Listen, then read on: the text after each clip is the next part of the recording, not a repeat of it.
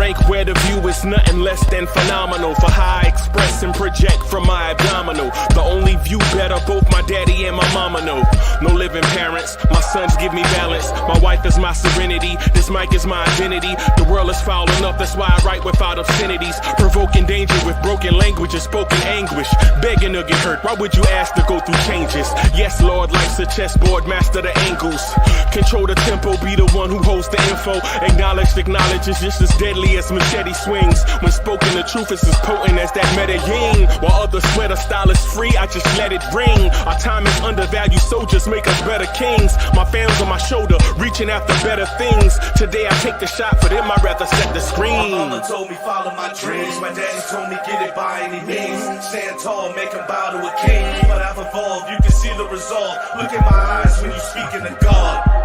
Life and for those who be caught up in using what I was called with the muse. I guess they call it proving I'm more than an artist. Penciling out my darkest while stenciling out a harvest. And storing what gets me from A to B, just like garages. Instrumental with collages. Envision what I've been drawing. Broadway to give you rhythm like the great Lena on. So bent on, found comfort in the storm. Find peace and on when you see them others perform. Organized chaos, outcast it like hey ya.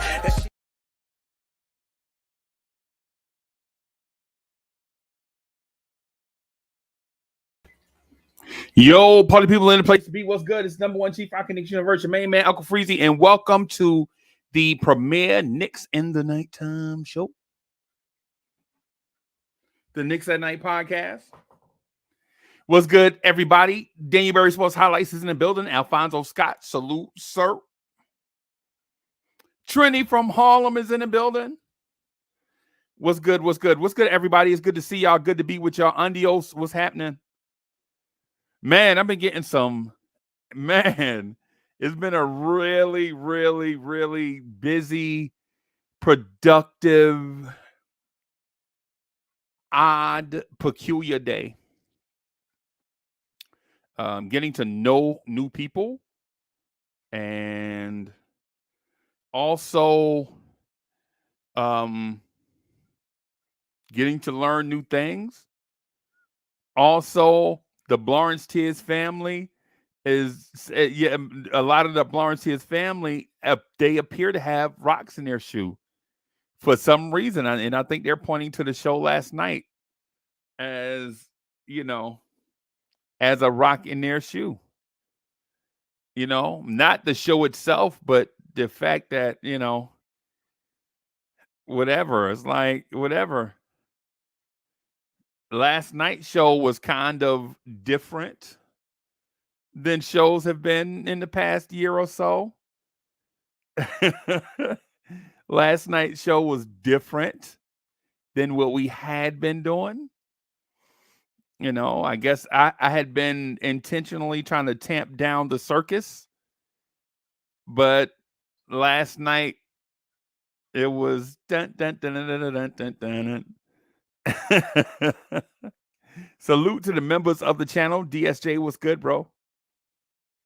What's good, DSJ?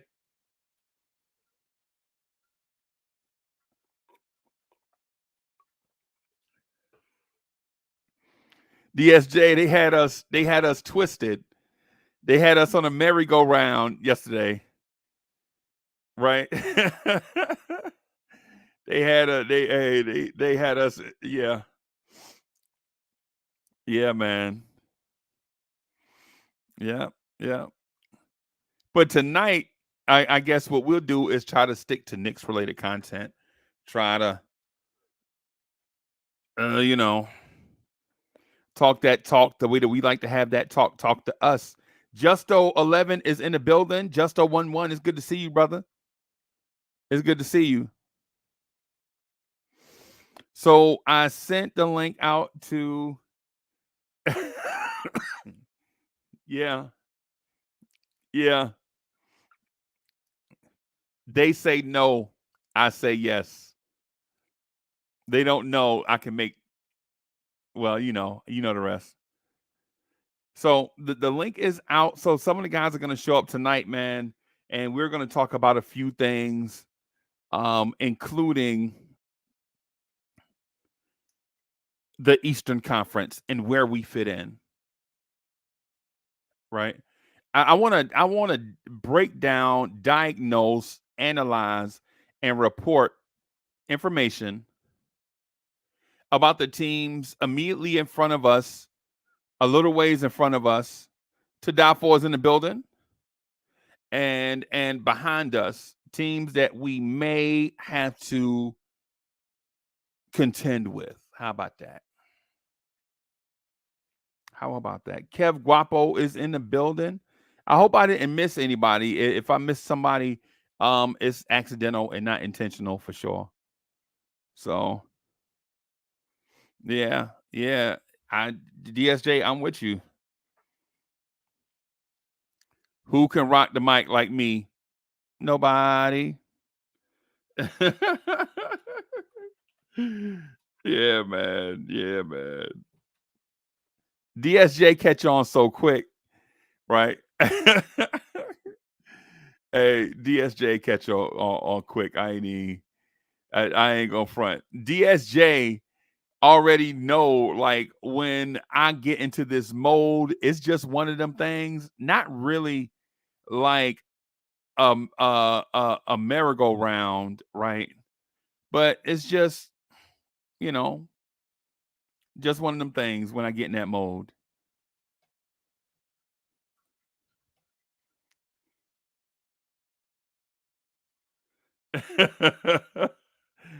Yeah, yeah, yeah, yeah. Yo, Bronx Kicks for Life is in the building. What's up? What's good? What's good? What's good, man? What's good, y'all? What's good, man? So I want to. So before everybody get here, let me first start by saying, if I'm a Knicks, well, or if I'm a, well, no, let me say it, because I'm a diehard Knicks fan, beyond casual. But let me speak to the casuals. So if I'm a casual Knicks fan, I'm telling you, don't be afraid. Don't be afraid of the Boston Celtics, right? Don't be afraid of the Boston Celtics. Don't be afraid of the Milwaukee Bucks. Don't be afraid of the Cleveland Cavaliers. Don't be afraid of the Philadelphia 76ers. Those teams should be fearing us,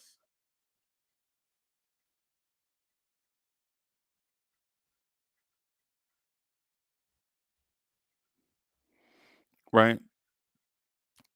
Those teams should be fearing us. And here's my short report, breakdown, and analysis on the Boston Celtics. The Boston Celtics are very, very top heavy as a roster, right? But the top half of their roster is as elite a roster that you may have ever seen during your basketball watching experience. The weakness in their roster is a guard named Derek White, who probably is a top 10 defensive guard in the league, right? Derek White on the Celtics is probably the weakest link in their starting five, but on another team, he may be their second or third best player, right? On Philadelphia, say if he played for Philadelphia right now, I don't think you miss Joel Embiid. Derek White is a very, very, very, very, very underrated NBA player. Very underrated.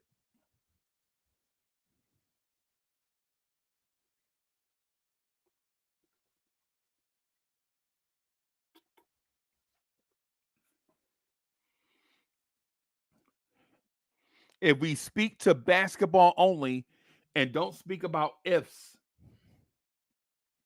if we speak to basketball only and don't speak about ifs, Derek White might be the weakest link in their starting five, but he's no weak link. He is just the weakest of their links. Drew Holiday in the playoffs is probably Drew Holiday is probably going to be the best backcourt defender in the playoffs once you eliminate the other 14 lottery teams. Once it's just down to the good teams, Drew Holiday is going to be in that upper level conversation, or the conversation of the upper level backcourt guard defenders. And he can guard anybody. He can guard anybody, right? Especially in the playoffs. He's built for the championship run. Or at least he been, or at least he had been that. We'll see how much he has left in the tank. We'll see how much he has left in the tank, right? Now, here's the other thing. If you're talking about a very healthy Kristaps Porzingis, he's Weapon X. I could see a scenario this year where Porzingis is popping champagne. And I'm not even going to be mad. I'll be frustrated that he didn't do it with us, or we didn't pop champagne. But I could see a scenario where Porzingis has on goggles and maybe a hat like this one, popping champagne.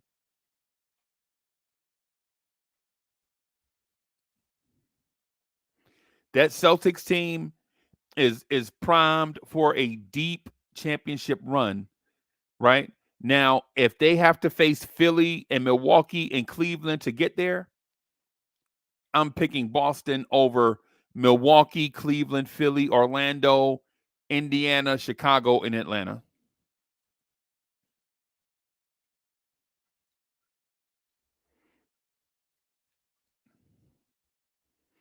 Right? Notice I didn't say the Knicks because I think the Knicks are only built for Cuban links.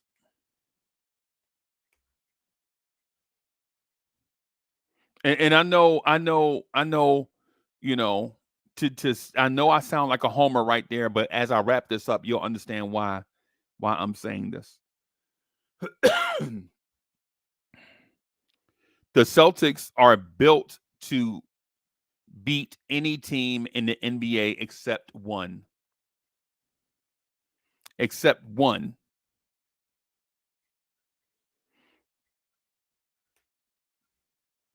In the 2 spot, and I think this team is going to hold on to the 2 spot also, is the Cleveland Cavaliers. Cleveland is dynamic. I'm not going to lie to you. Don't look at this Cleveland team today is not the Cleveland team from last April. It's not. If you think, a team is going to go in there and push them around and play to their finesse game and bully them around, you are mistaken. You are MIS taken. Like you thought you were taken, but you are mistaken. Cleveland is tough. Cleveland has shooting. Ed Jr., what's good? Travel Vibes, what's good, man? Cleveland is a tough, gritty team, right now, but I don't think that is who they really are. I don't think Cleveland, let me rephrase the previous paragraph. Cleveland wants to play gritty, and they added a couple of guys that want to get gritty with you, but that's not their personality. They don't want to get their school clothes dirty. They don't want. Cleveland is the ones that'll fight after school, but they don't want to get their school clothes dirty. They'll fight if they have to. That's the Cleveland team. But they added guys with that will fight regardless of what type attitude. Max Strus might be one of the best under the radar free agent signings of the offseason. And I'm not saying that Max Strus is all of a sudden gonna bring something to Cleveland that Max Strus is not gonna be whole. This is for you. He's not bringing that much to Cleveland, right? But he is bringing an element of grit and determination.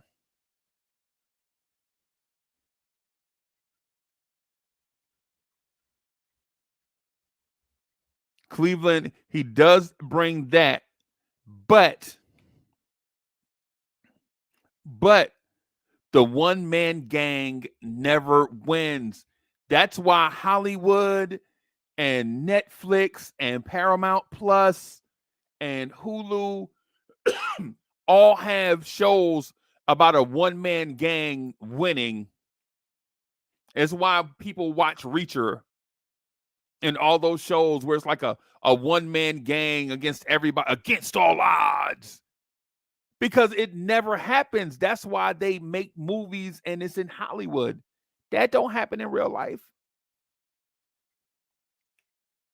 In real life, the one man gang gets stomped out and is in the ER. You know what I'm saying? And so even though Max Strus wants to bring that toughness, right? He does. Right? Even the other guy, I forget the guy, his minivan. I think they call him minivan or whatever it is. They want to bring that toughness. It's one of the reasons why they brought Tristan Thompson back, and I know he's suspended, but it's one of the reasons why they brought back like tough guy because they're a finesse team, not a high scoring team. I'm not saying they're high scoring, but they're a finesse defensive, finesse offensive team that doesn't have that gritty that type of team doesn't play well in the playoffs. Nick Yak is in the building. What's good?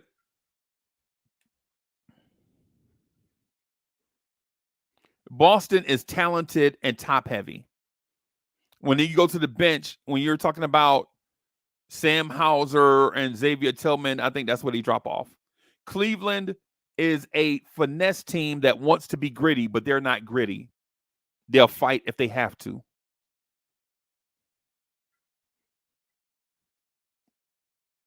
The Milwaukee Bucks have a team of guys that feel like they deserve a championship. The Milwaukee Bucks feel like this is their era. We're in the Milwaukee Bucks era. And for people that disagree with what I just said, think about this. Has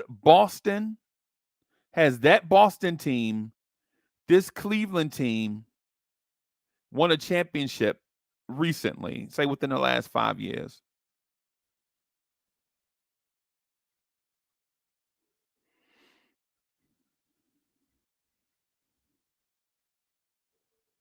I think the last Eastern Conference team was who? Toronto. So it's Toronto in 19, the Lakers in 2020. Who won in 2021? The Bucks won in 2021. Golden State in 2022. Denver in 2023. The Bucks feel like this may be their era. They deserve to be here. This is their moment. And these other teams are trying to mess up their moment. These other teams, the Knicks are trying to mess up the Bucks moment. It's all about Giannis and Dame Lillard.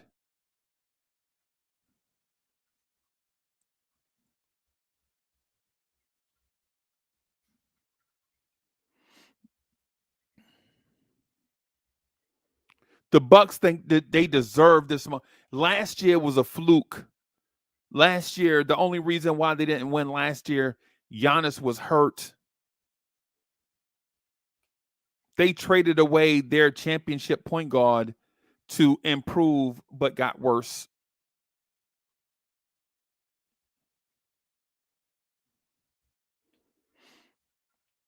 But the Bucks, they feel like they can just cruise their way to this title, and Giannis will cement himself as a top 25 player all time with his second championship. Win one for Dame. Damian Lillard deserves a championship.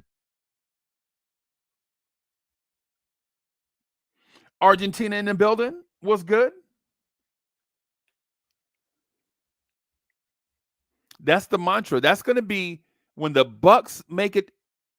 Watch, I guarantee it. When the Bucks make it to the second round, and they will. When the Bucks make it to the second round, watch how many people start talking about how it'll be nice for Damian Lillard to win a championship. How this second championship cements Giannis's legacy as an all-time great. Giannis is already an all-time great. You don't need multiple championships.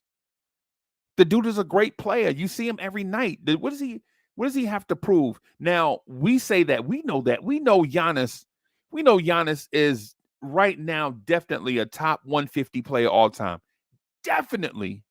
Definitely. Now, where he falls in that 150, I don't care. Y'all debate that. I don't care. Right? Yeah, y'all debate that. Man, you say 150 like he's such a no, that's not what I'm saying. I'm saying he's definitely 150, top 150, wherever you rank him in the top 50. I don't care.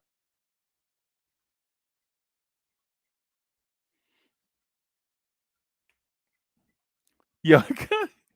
Here come Dre arguing. Dre, bro, I don't care where I don't care. I don't care where he at in the top 150, bro. I don't. Honestly, I don't. I don't care where he at in the top. I don't care if he's 149 or number 2. I don't care. I know he's in the top 150. But what I'm saying is the narrative is going to be going forward once the playoffs start. Once the playoffs start, the narrative is going to be, oh, this second championship puts him in the category of Olajuwon. I don't care. So, salute to Dre, by the way. Salute to Chef NYK is in the building. Drip More is in the building. Johnny Davis is in the building.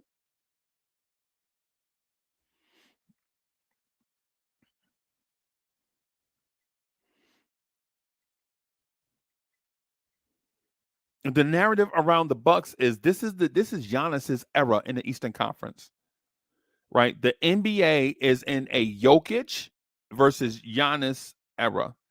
Now, both don't have to be in the NBA Finals, but this is their era right here with people knocking on the door like Joel Embiid,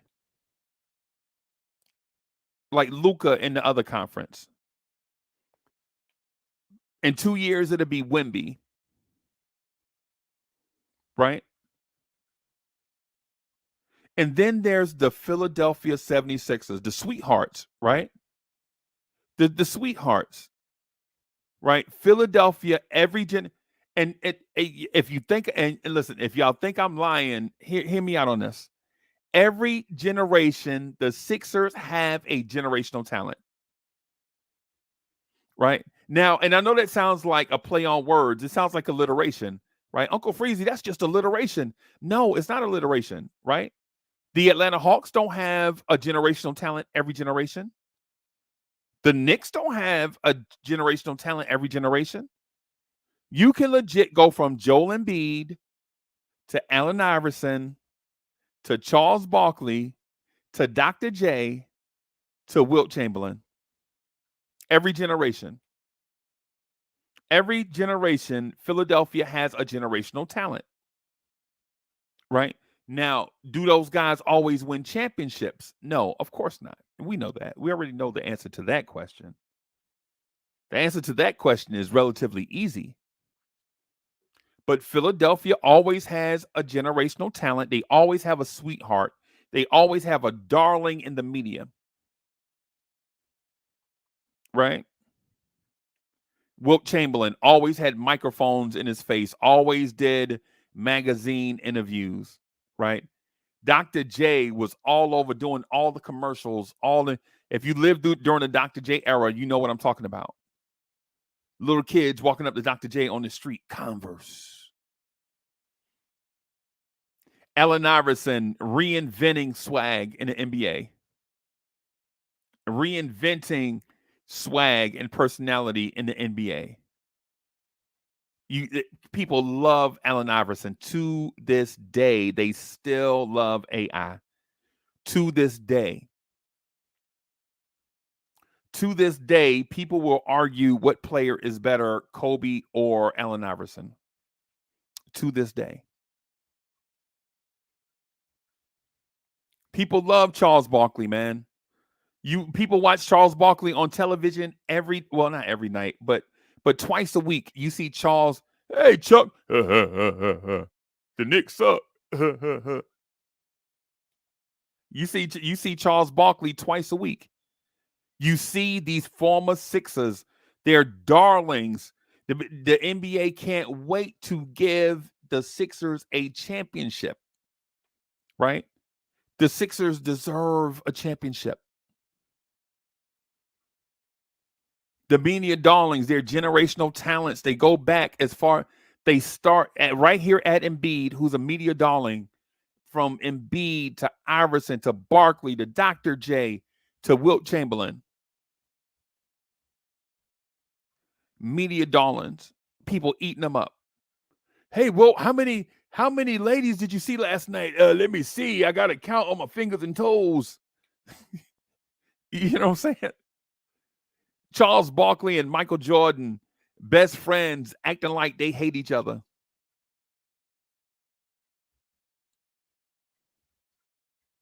Allen Iverson, cornrows and necklaces and jerseys.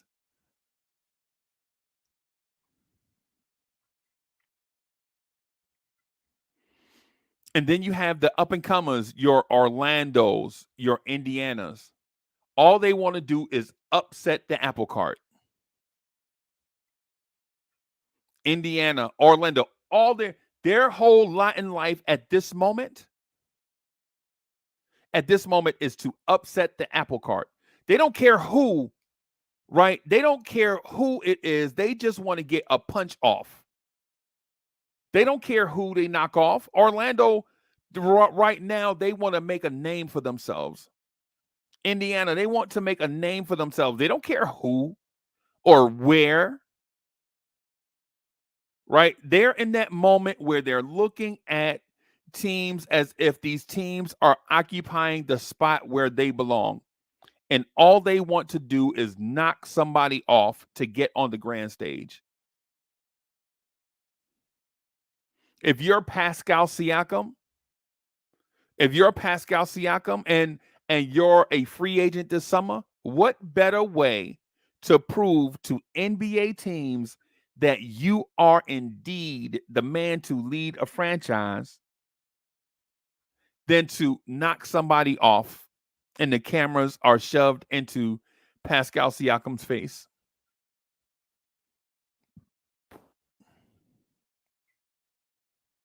What better way to do it than to knock somebody off? And what better way for you as a young Orlando Magic team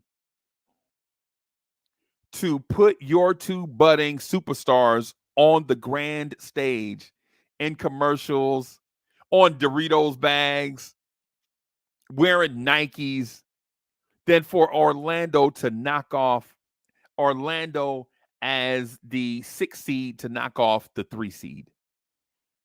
Paolo Banchero have a big game. Oh, the number 1 pick is breaking out.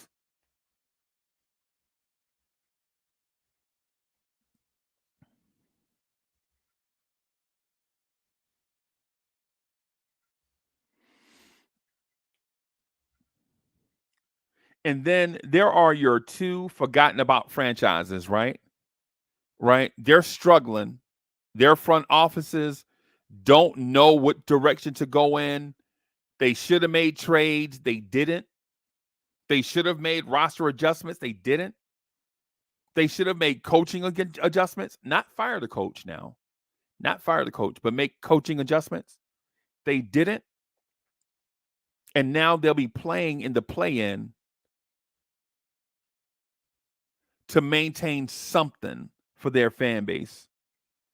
The Chicago Bulls, who probably should have traded Kobe White, Zach LaVine, DeMar DeRozan, Andre Drummond, Vucevic, if they could have, definitely trade the other guy off their bench. What's the guy off there? Alex Caruso.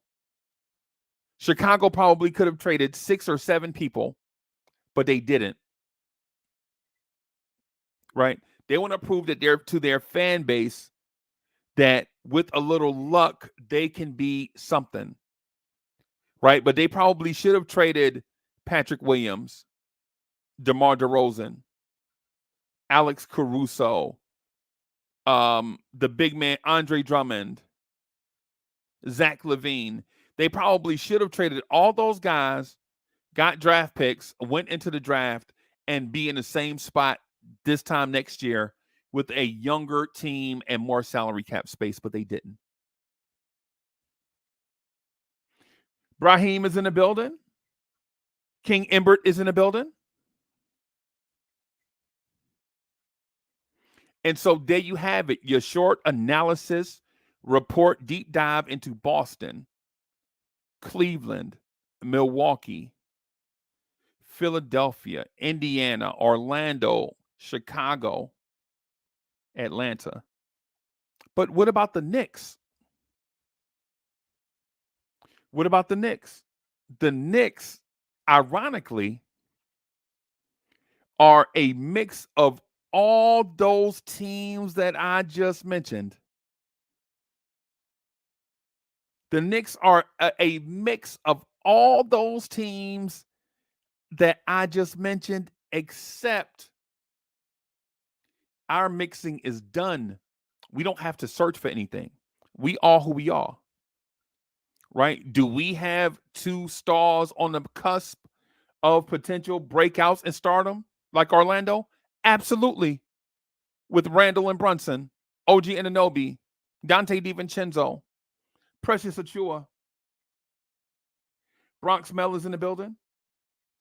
Oh, everybody, please, if you're watching this for the first time, if this is your first time to the channel, subscribe to the channel. Y'all hit that like button. Hit that like button. Help us keep this thing going. I think I have a hit the like button snail up here. And there we go. There we go.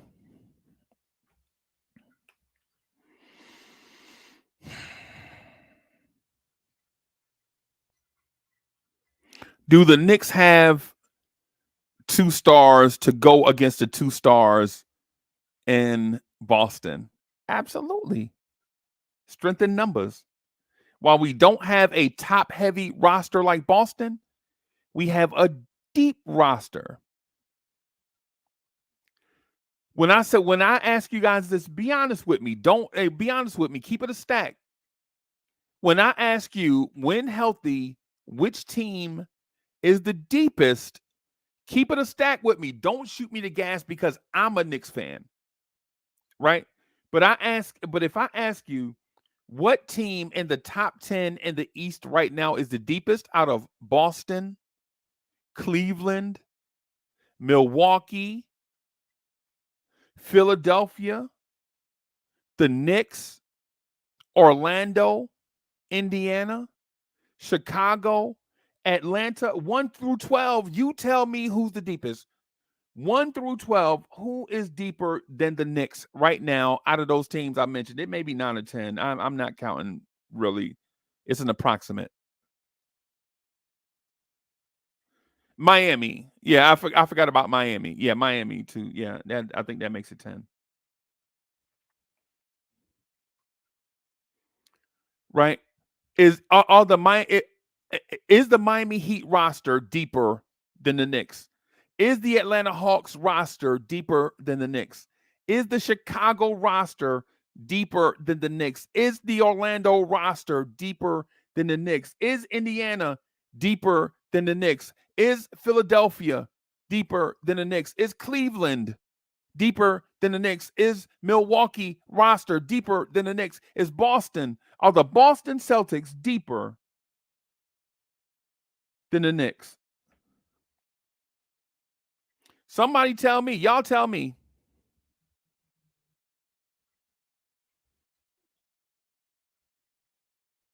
Y'all tell me.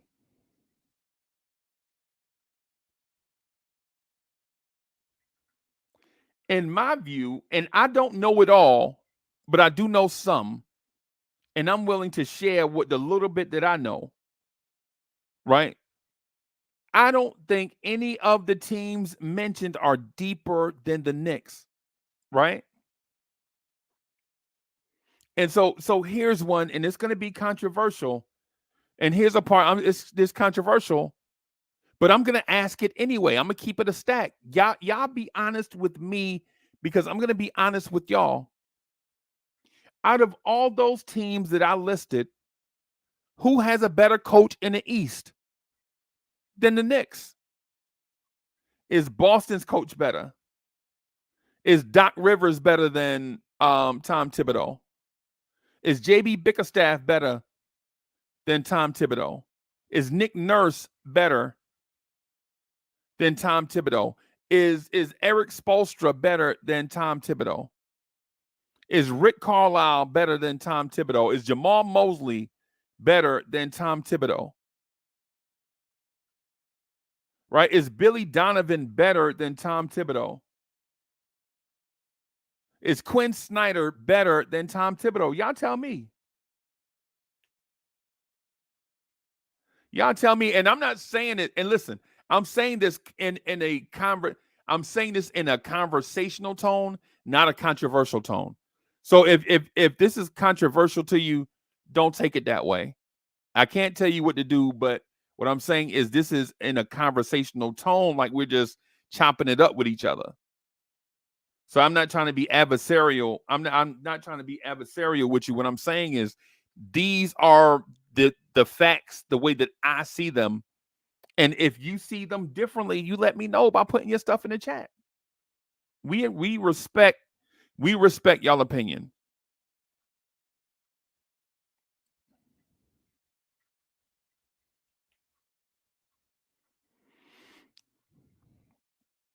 Is there a team in the East that has a better 3 than us, than the Knicks? And whatever your opinion is of it, you tell me. I'm not shying away from the conversation. I'm not shying away from the topic. But is there a better top 3 in the Eastern Conference than the Knicks? Does Boston have a better top 3? Tatum, Brown, and maybe Porzingis some nights, maybe Drew Holiday other nights.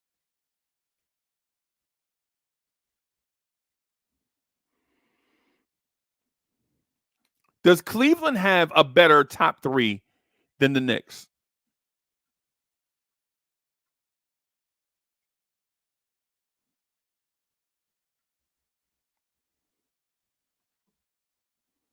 Does Milwaukee have a better top 3 than the Knicks?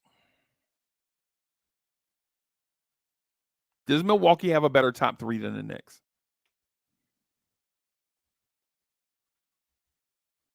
Does Philadelphia, with Embiid healthy, have a better top 3 than the Knicks? Their top 3 of Maxey, Embiid, and Buddy Hield. Is that better than what the Knicks have?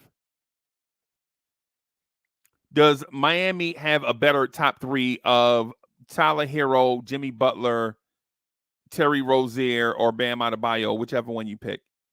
Hero or Hero, Butler, Bam, and Hero or Rozier, whichever one you pick. Is their top 3 better than the Knicks? Does Indiana have a better top 3 than the Knicks? Does Orlando have a better top 3 than the Knicks? Does Chicago have a better top 3 than the Knicks? Does Atlanta have a better top 3 than the Knicks?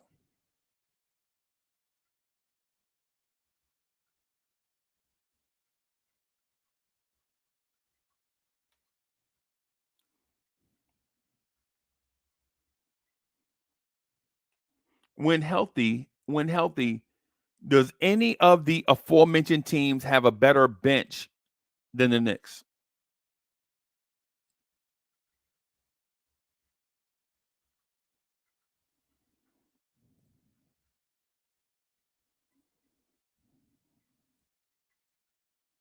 If you take into account all the things that we spoke about for the past 40 minutes, if you take into account all the things that we spoke about in the past 40 minutes, you add all these elements together. You add all these elements together. Why is it that Knicks fans are nervous about? Hey, coach, I got your thing. I just didn't upload it, man. I'm sorry. I promise I'll have you together tomorrow. It's all right. Yeah, man. Yeah, man. Is that a Nirvana shirt? Smells Like Teen Spirit is one of my top 10 joints all time, bro. Yeah. All time. All time. I ain't gonna lie. All time. I'm not even gonna lie to you, man. Mind if I chime in on the top 3 thing? Hey, do your thing, bro. I think we have as far as the East goes and the top teams go, our top 3 is right up there. If we don't have the best top 3, we definitely got the best top 5, top 6, top 7. If you keep going down the line, so to your bench question, Right. I guess that translates to that. Right. I think our fall off from our top 3, we're not as top heavy as everybody else. Okay. Assuming we're going to be healthy, that is. Right. But I'm stating this assuming that all the teams that we mentioned are healthy. Right. I'm assuming health across the board. Right. So there won't be any gray area in the conversation.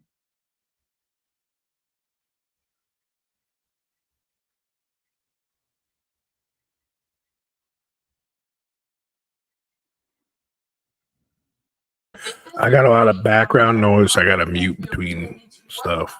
Hey, you got a mic cover?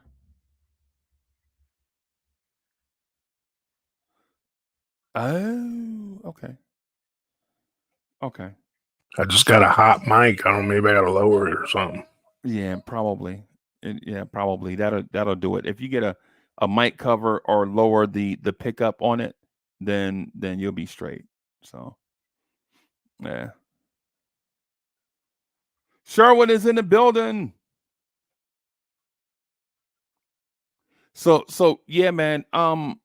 The I guess the reason why I started the conversation at this point and not talk about, oh man, Tibbs has got to win tomorrow against Philly. The reason why I wanted to start the conversation where I started it is because if we look at the micros, the macros, then I feel like we're in a pretty good place. Right. Can you hear me all right? Yeah, I can hear you good, man. You fantastic. All right. Yeah, man.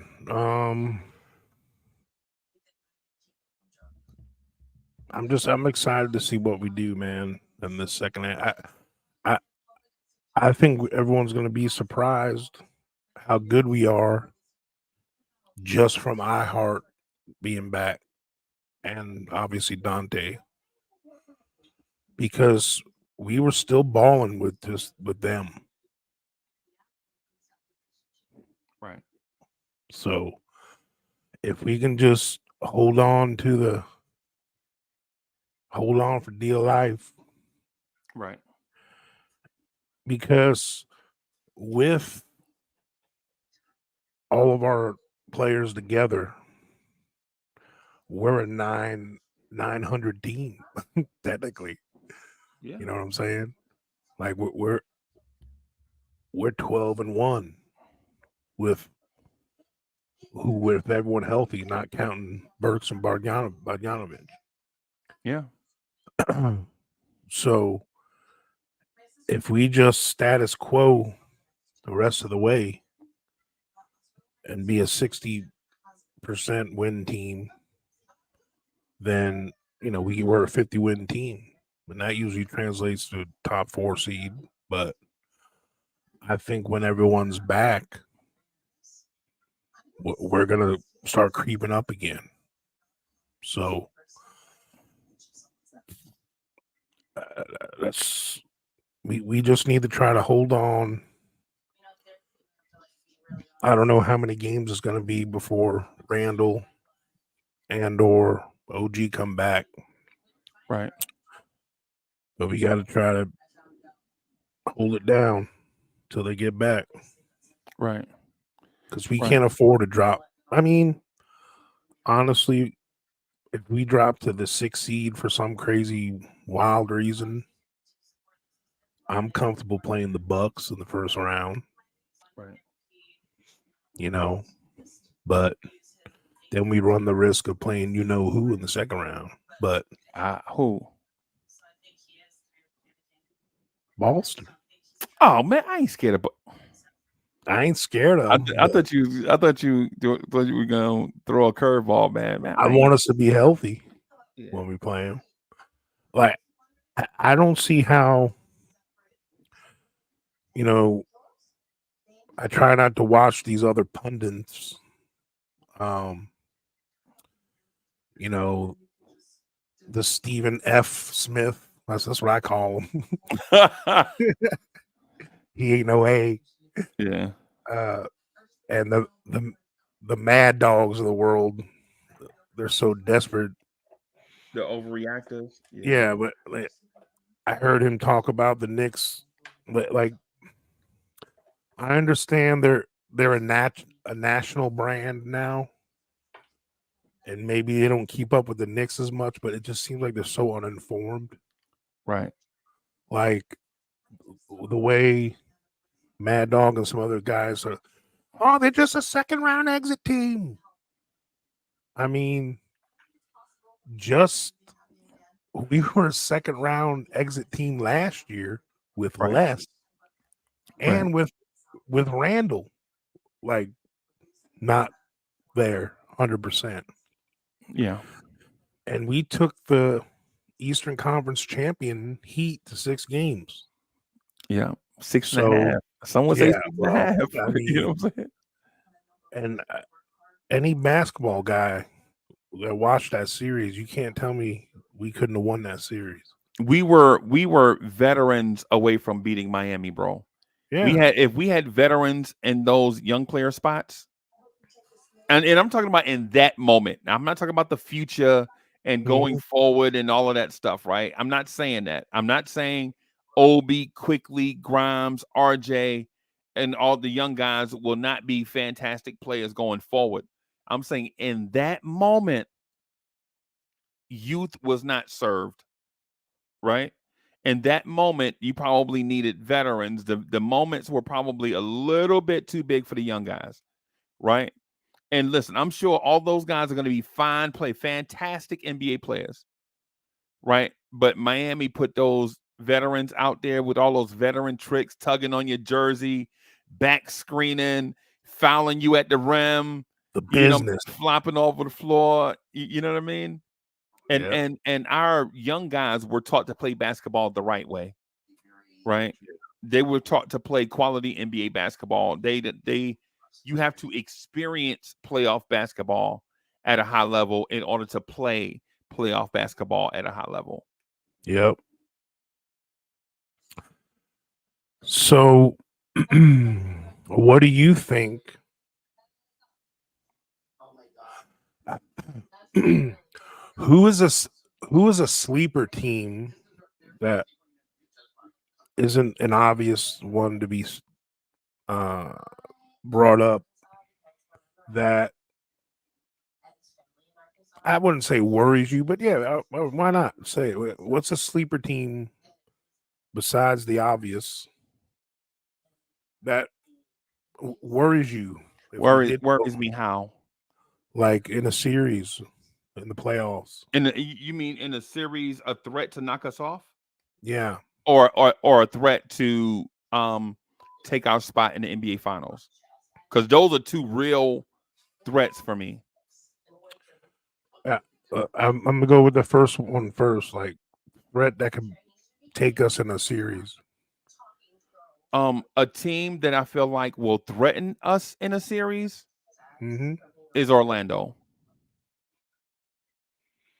Right. I feel as if the other team, I feel like once they get healthy and get their stuff together, is Atlanta, and they are so far off the radar, bro. They are so far off the radar that I mean, I'm kind of worried about Indiana. yeah, yeah, yeah. Just the way Halliburton, just man. But you did ask me though. Yeah, I know. So you did ask me. But the thing is to the question, I think it's a very legitimate question, right? My first one is Orlando, and if I can break it down in a basketball sense, right? I think Orlando's defense, their defensive principles and length can bother all of our scorers. Now, I think our defense, when healthy, is better than their defense, right? But our offense doesn't play our defense, right? Our offense will play their defense, and our defense will play their offense, right? And so, in that sense, I think an Orlando team will slow it down and turn it into you know, you ever heard the expression horses for courses? Yeah. You know, like a team with a NFL team or a football team with a heavy run game, when it rained all day and the field is muddy, playing against a passing team. Mm-hmm. You know what I'm saying? I think that's where Orlando can take us into that ballroom brawl scenario where you don't know which side is going to win. Now, I think we beat Orlando in that sense, right? But Orlando will legit be taking what we do well and apply it to us. Right. Right. Right. You know what I mean? You know how in basketball they say teams that trap hate to get trapped?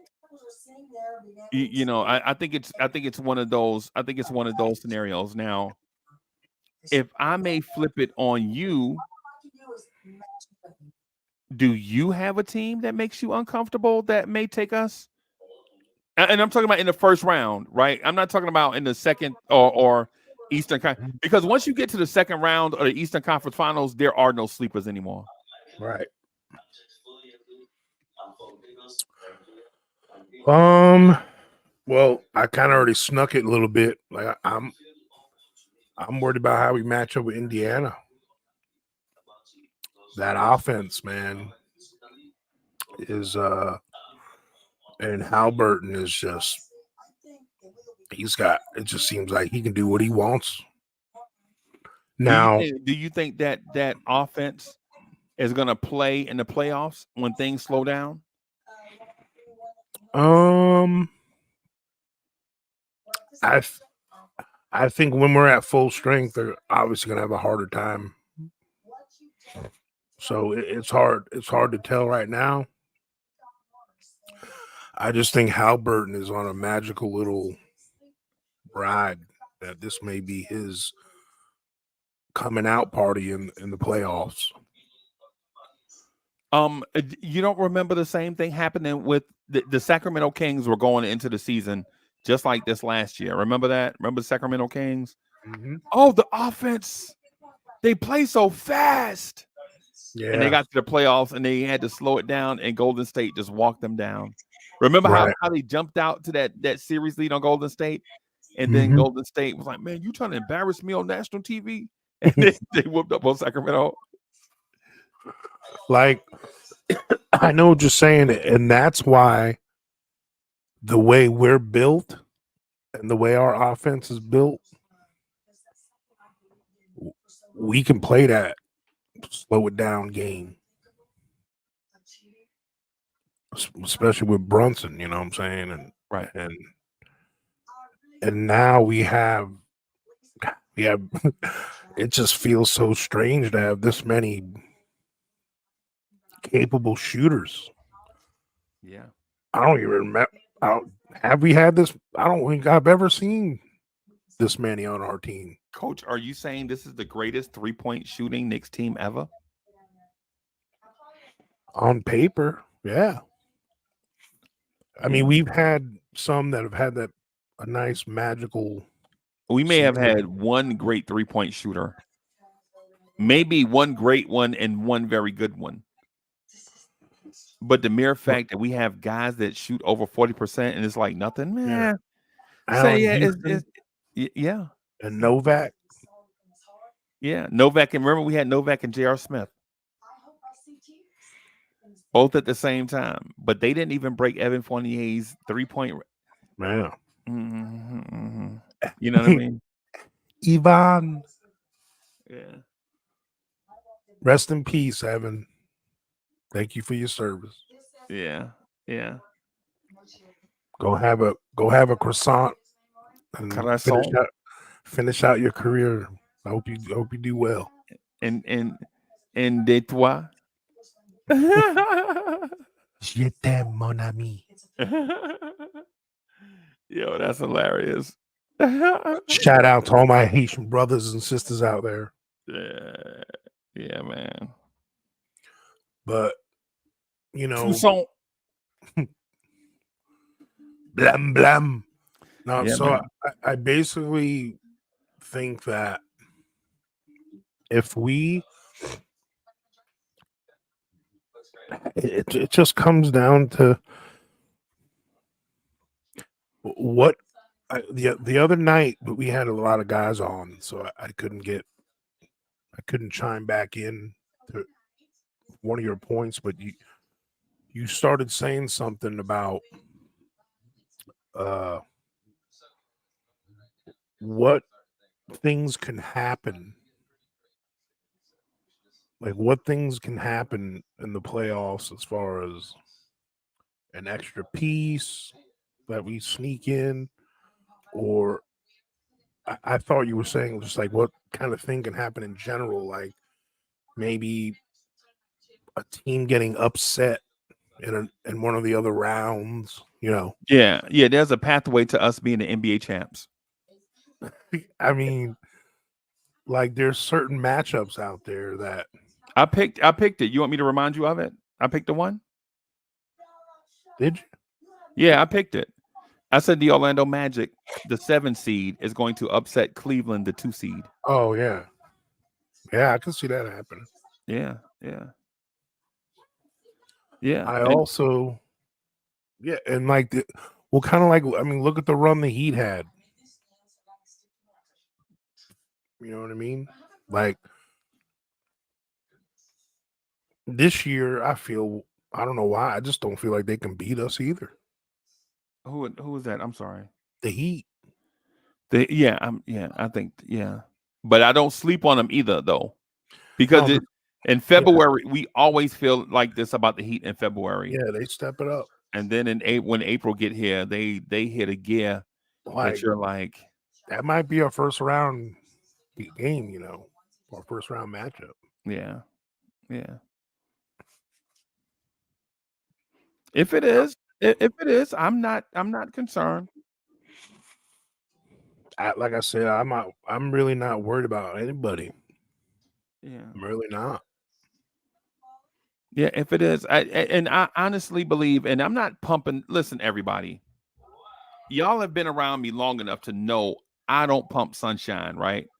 As a matter of fact, I offend a lot of people by being straight to the point, right? And my stance on being on the internet is anytime you leave gray area in your words, people will twist what you say, right?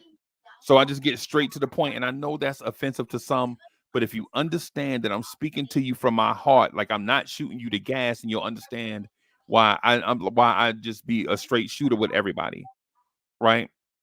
And so when I say stuff like I believe the Knicks can be the 2024 NBA champs, It's because I believe there's a pathway for us to do so. Right?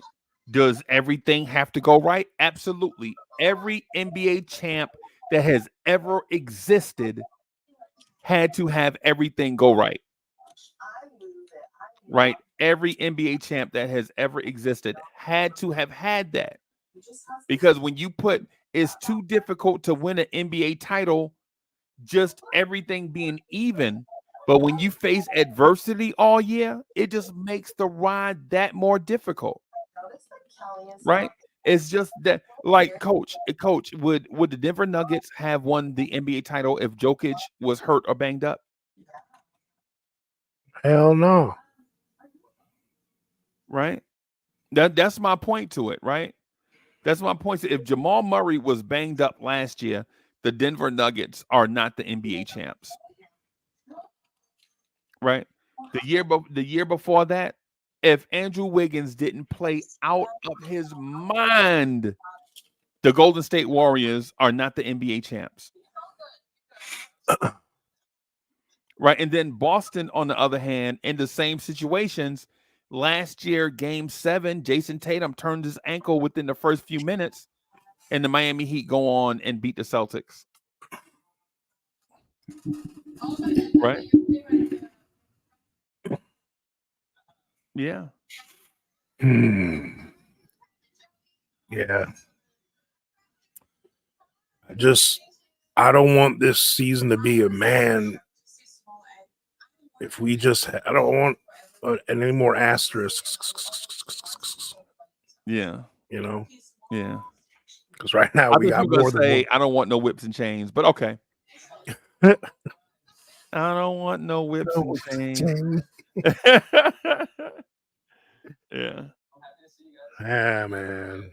But on the other side of that, coach, or the other part of that question that you asked me earlier, do I see a team potentially taking the pathway that is laid out for the Knicks? Absolutely. Absolutely. I can see a team taking our pathway and getting to the Eastern Conference Finals. I can absolutely see that. Yeah, If the Heat took our pathway last year. and Atlanta took our pathway in But the year before, 2021. yeah. Yeah. Yeah. So do I see a world or a universe where that may be a possibility? Absolutely. Absolutely. You know, I know it seems like the West. I don't know why. I feel we match up well against the West teams. right. Like I'm more worried about just coming out of the East. And it's not even a worry. It's just I just think like the two teams at the top of the West right now, they're just not going to end up there. I mean, they may not. Somebody may figure something out. Somebody might get healthy. You know what I mean? But in the East, I could absolutely see a world where a team like Indiana gets the road cleared by everyone else, and they just waltz to the Eastern Conference Finals and gets walloped by the Celtics. Yeah. Right? I could see a world where Orlando knocks off Cleveland and the Knicks knock off Philly or Milwaukee, and then on our bracket it's like us and the Celtics, and on the other bracket it's like Indiana and Orlando, and then one of them wins and they play Boston in the ECF and get walloped. I can see a world where that happens.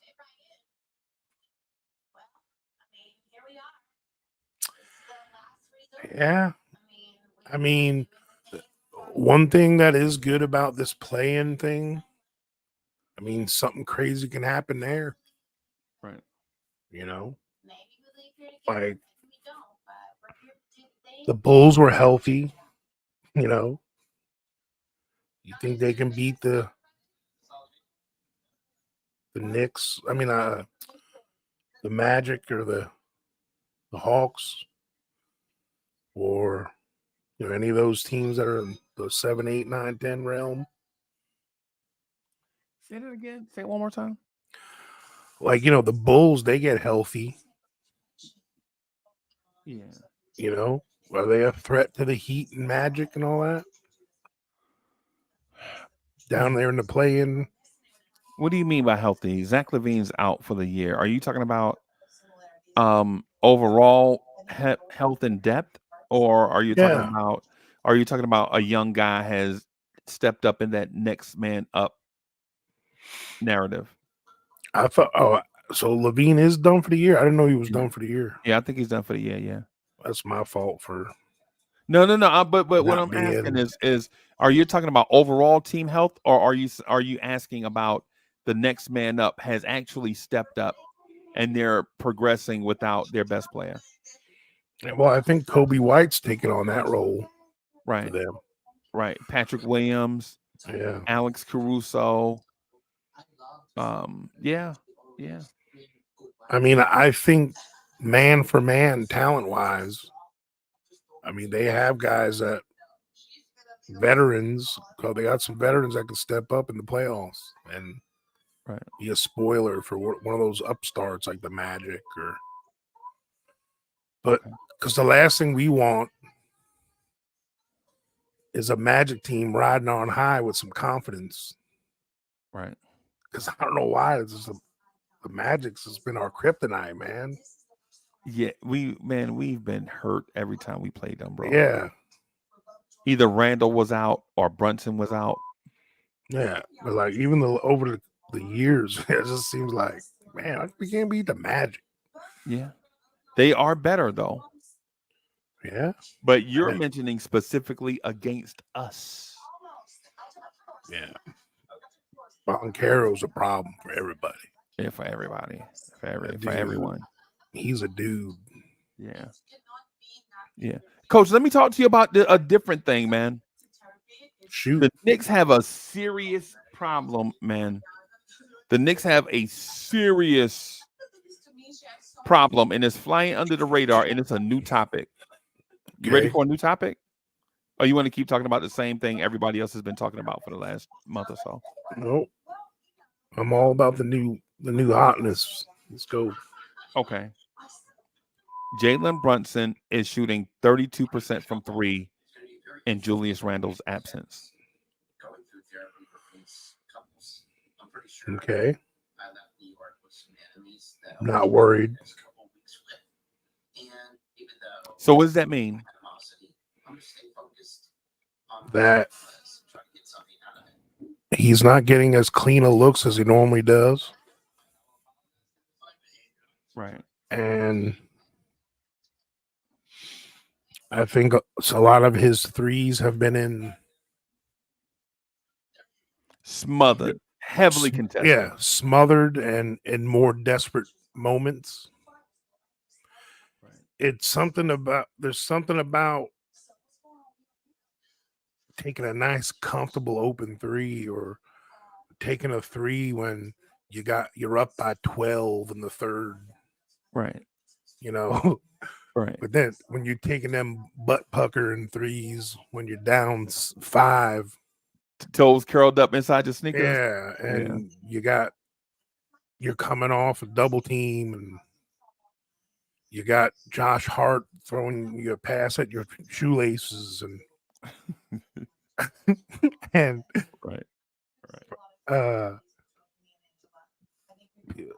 Some of these guys that ain't used to playing so much are setting picks, and they're bailing out before the pick happens. Right. Like I know I'm always riding iHeart's jock, but he's the only one that does a real picking on this team. Right. Everyone else bails out before the guy bumps into him. Right. Jericho Sims does it all the time. Yeah. As big and strong as he is, that should be his thing. Yeah. I mean, I Precious does it a little bit. I think the cure to it is having a 2-layer offense. I think the Knicks offense is definitely 3 or dunk right now. We literally have a 2K offense. Like,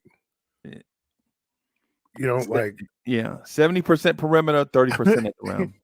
like when you make a player or you draft a team and all that, all you really look at is like his dunking and his 3-point ratings. Because that's all you're doing most of the time in them games. And it's like that's what our team's kind of built that way, which is okay. I mean, I did like some of the promise. Like it looked like OG started hitting some mid-range shots before his injury. Right. And Randall has been passing up the threes and taking it to the rim. Right. So I don't know, man. I'm just excited to see this thing play out, man. God. Right. But to get back to what we were talking about, the 3-point thing. And it's concerning. Yeah, it's definitely concerning. That just shows. Well, number one is no matter how good Jalen Brunson is, he can't do it by himself. Right. I mean, even the Joker has Jamal Murray. Right. And they brought in Aaron Gordon. Yeah. Michael Porter's floating around. Yeah. Kentavious Caldwell-Pope. Yeah. So KCP. Yeah. I mean, besides LeBron, with that one, well, technically he had Kyrie, so I can't even say that. There hasn't been a superstar that's just did it by himself. Yeah. I don't know when. Yeah. Has it happened? The 2020 chip, do you know who was the key contributor to the 2020 chip, to the 2020 Lakers? Rajon Rondo turning into Ray Allen. Yeah. You remember Rajon Rondo turned into Ray Allen, knocking down all those threes, right? I was about to say, all of a sudden he all of a sudden Rondo can't miss. Yeah, all of a sudden Rondo couldn't miss in that series from 3. And for his entire career, he was not a 3-point shooter. Oh, God, no. Yeah. I mean, I like. I just there's something about the mentality right now, the vibe that Jalen Brunson and Julius have infected this team with. Right. Now, is it an extension of Tibbs? What do you think? I'm not sure. I mean, Tibbs is the godfather. Yeah. Brunson. Yeah. Here's the thing. Tibbs is the built-in sacrificial lamb. When things go wrong, the fickle fans blame it on Tibbs and Randall. Those are the two scapegoats when things go bad. That's whose fault it is. Right. But when things are going good, it's Jalen Brunson and Conte's shooting good and Precious is stepping up and all these other good things that don't seem like Juju and Tibbs get credit when we win. Right. And I'm not making excuses for either of them. Or when they mess up, I'm the first in line to let them know when they do. But we got to understand that. Put some respect on both of these dudes, man. Right. There's a lot of teams out there that, like, if you ask Julius Randle, he'd be playing tomorrow night. Right. That dude wants to play. I mean, so it's good to have guys that are that hungry, man. I just think we got some guys that are hungry, and I can't wait to see them eat. Right. Yeah. I understand where you're coming from. Just want to reiterate though, as a hardcore Knicks fan growing up in the tri-state area. And listen, you don't have to have grown up in you don't even have to live in the tri-state area to be a Knicks fan, right? I'm merely speaking to my experience, right? But as a hardcore Knicks fan that used to watch Bernard King on WWOR Channel 9, watching Michael Ray Richardson, I'm saying those late games against the Lakers, 10:30 on a school night. They weren't on WPIX Channel 9. either. Something. Were they ever on WPIX? Remember that one too? Yeah, I remember WPIX. Yeah. But from if you're a fan, like from that era, you understand this moment. Like, I know this is not shared by every demographic, right? And I'm not trying to leave anyone out. What I'm saying is if you remember watching grainy video 11:37 at night on a school night, and you got a standardized test the next morning, right? And you should be in bed sleeping or finding out where your yellow number 2 pencils are. You up watching watching Jamal Wilkes go crazy against the Knicks, right? You'll understand this moment that we live in right now, where the front office is straight, the coaching staff is straight, the stars are straight. Like, the stars are not out here in the club or getting DUIs or bad behavior or none of that stuff, right? Mm-hmm. This moment that we're in right now is a perfect moment for us, right? Mm-hmm. Everything is right except health. Old head in the building. I mean, Old head says Yankees were WPIX, the yeah. Knicks, Nets. Hey, don't forget about the Mets. The Mets were on Channel 9 also with Ralph Kiner. Yeah. And Lindsay, I forgot Lindsay's name, but after him, it was Tim McCarver and McCarver, yeah. and I forget the other guy's name. Yeah. But this moment, Rusty Staub is coming up to bat. Yeah, followed by Lee Mazzilli. Dave Kingman. In the whole Hubie Brooks. Joe Youngblood is leading off tonight, ladies and gentlemen. Oh my God.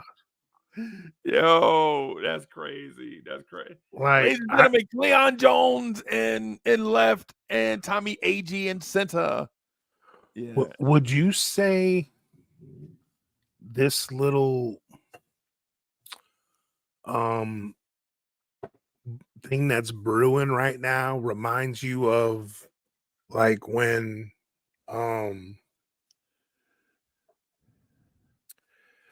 It was that late 80s, super early night, like when they had Johnny Newman and Gerald Wilkins and Ewing was just starting to And Lewis Orr, Lewis Trent Orr. Tucker, Yeah, Rory. yeah. Yeah, Trent Tucker, and then we had, we had just drafted Mark Jackson, and yeah, then it's like, what? We're drafting Rod Strickland now too? yeah. And You the, know. the irony is we had been drafting point guards every year after the Pat Ewing draft. We Mhm. had been drafting point guards every year. It's just they didn't pan out. Yeah. Like nobody remembers we drafted a point guard out of Georgetown named Michael Jackson. Yeah. The I light remember skin. that. We drafted a light skinned Michael Jackson out of Georgetown. He used to play with Pat. Yeah, Yeah. and then like, I mean, and then even like them early 90, like when we had the Xavier McDaniel for a year or two, like we started like, And oh Anthony Bonner. yeah, Anthony Bonner. Those Yo, teams, Anthony Bonner was the strongest human. But yo, I have never seen a human being as strong as Anthony Bonner, bro. bro. They had him listed at like 6'7", 215. And that's when I knew that they were lying about heights and weights. Oh yeah. Because Anthony Bonner and Anthony Mason looked like they were the same size. Mm-hmm. And I know Anthony Mason was a 215, bro. I mean, I'll put it this way. It was just a good time to be a Knicks. I mean, like, I remember, obviously I remember being really young watching them, but like when I started really caring about it, like, hitting middle school, I kind of started paying attention more to like the stats and the guy. Yeah. I mean, we went to the playoffs from 87 all the way to 2001. Yeah. Yeah. Every year. Yeah. Like, think like some of y'all young bucks. I'm sorry to the struggle y'all went through, but man, it was good. Now we lost a lot of heartbreakers in the playoffs. We lost every way. Imagine I mean, 6 million ways to die. Choose one. That's how we were in the playoffs. I mean, but coach, it wasn't just us though. Remember, there were other franchises that were in that same. The Phoenix Suns. Remember, the Phoenix Suns used to be in the playoffs every year, mm-hmm. right? Oh, the Utah Jazz, Stockton and Malone. Yeah, the lovable losers. Yeah, yeah. The Dallas Mavericks were great for a long time. The Portland Trailblazers from about 82 to like 2000, 2004. Right, all the way from Jim. You remember Jim Paxson? Mm-hmm. John Paxson's brother. Yeah. Jim Paxson was an all-star. Yeah. Yeah. And he played with Portland, and then he wound up when Drexler got good. He wound up leaving and he went to the Celtics. Yeah, with the Celtics. Him and Jerry Seasting. I mean, we had Kiki Vandeweghe. Yeah, that was a trade right there, boy. I mean, Kiki was that's Bojan right there. Yeah, yeah, pretty similar. Kiki, but like, tough boy. But like that, why do you think? I mean, I know what they say the reasons were, but why did Rick Pitino leave? Because he saw the future of NBA basketball, and the Knicks were not a part of it. That's basically it. I mean, what were we, like a 52 win team? Something like that. Basically, what they should have done is hired a real basketball man GM, and they didn't. They kept hiring businessmen, penny pinching, kind of like right now how we have Leon Rose, but we have the businessmen, penny pincher types in the building. Mm-hmm. You know what I'm saying? And so we didn't hire basketball people. We had business people telling the basketball people what to do. And so Pitino was like, let me do it. And they were like, no. And Pitino left to coach Kentucky. And then we hired, well, of course we skipped a coach, but But then we hired Pat Riley. We took Pat Riley off NBC. He was terrible. Pat Riley was the worst TV person you ever saw in your life. And then we gave him the Knicks job. And then Pat coached for like 4 years. And then Pat was like, yo, you can't continue to live in the past. You got business people up here pinching pennies. Yo, let me control the basketball stuff. And they wouldn't. And he resigned with the facts. And then he took that same mentality that he should have built here and built it in Miami. Sorry, Knicks fans. That's just what it is. I'm sorry. The Miami Heat have what? The Miami Heat have what? 3 championships under Pat Riley? The Dwayne Wade one by himself, and then the 2 with LeBron and Chris Bosh?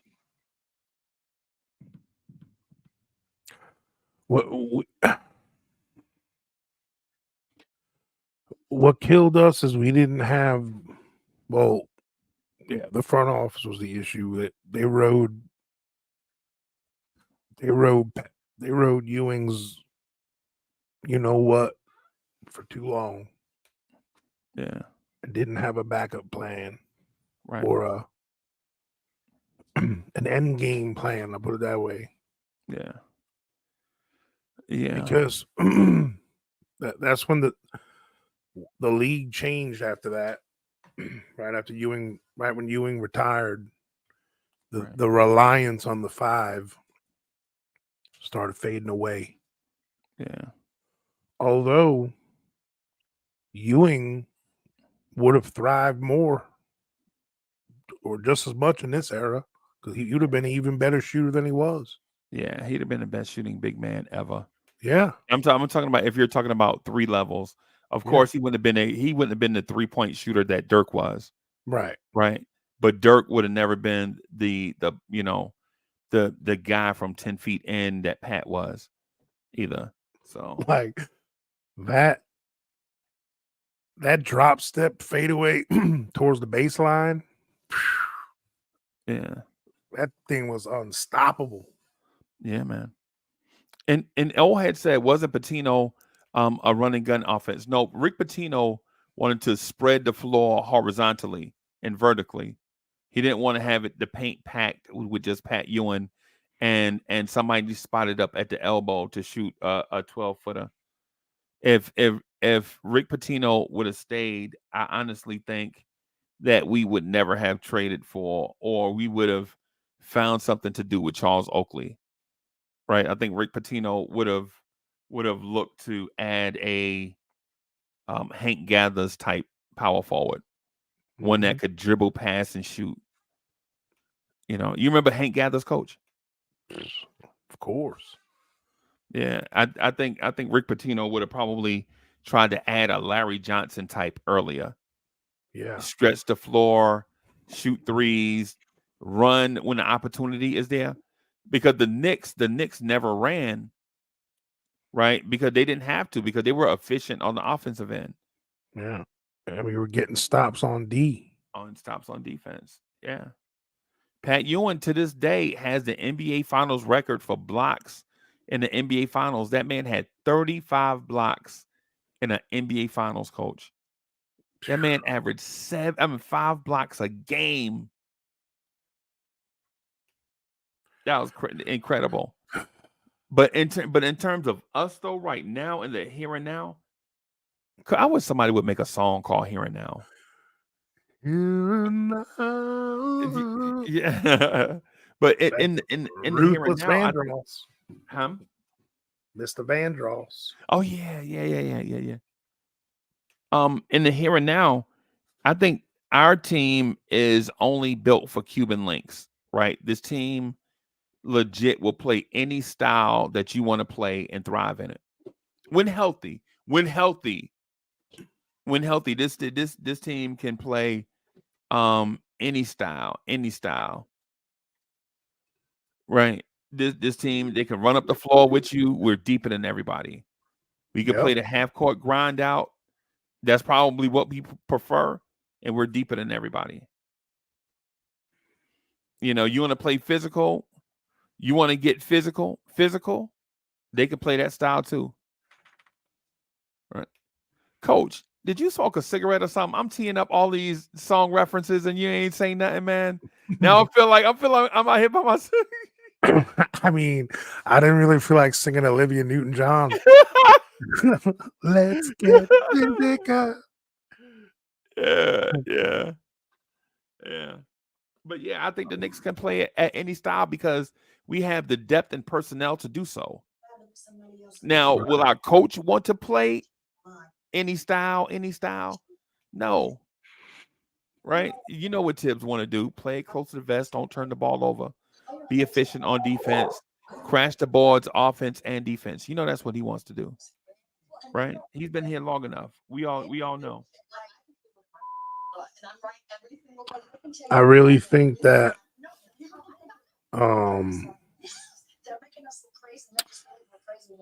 I mean, when we're healthy, that's the other thing we haven't talked about. I mean, if you count McBride, are we gonna use an 11-man rotation? And when you count Sims, it's 12. I know. Yeah. Like, and I tried to logistically do the math of it. You know, there's 240 minutes in a game. If Mitch comes back, you know, say you split them 24 and 24, him and Ihart, or a couple minutes here and there either way, but 48 minutes of them two. And then you got, in a perfect world, 36 for everyone else. That maybe Dante might only get 26, 28 or something. Yeah. And then depending on if Bojan or Burks heats up a little bit, maybe they stay in a little longer, but technically they only got it. You know, Josh Hart's going to get at least 20 minutes. Yeah. So that only leaves about 10, 15 minutes for Burks and Bojan. And then we didn't even talk about Precious. He's only going to get about 10, 15 minutes. Right. Hey, Coach, in these last few minutes, man, I'm gonna wrap up here because it's been a long day for me, man. I just chat. Listen, I'm sorry, but I legit just got out of a meeting at like 10 o'clock tonight. So I'm gonna wrap it. I'm gonna wrap up early and call it a early show just so that I can get some rest, get some Z's in and whatever. But Coach, real quick before we get out of here, based on all the stuff that we said, what's your prediction on how the season is going to play out? This is our last Knicks at Night podcast before we resume games. So what do you think we're gonna see going forward? What do we have? 27 games left? Something like that. Yeah. You heard it here. Regardless of 27-0, baby. Woo! Regardless of when or Randall or OG come, I think we're going to be 20-7 the rest of the way. Okay. Y'all heard it here first. Thank you, everybody, for coming through, rocking with us, Coach. Thank you for rocking. We're going to get out of here, y'all. Peace, y'all.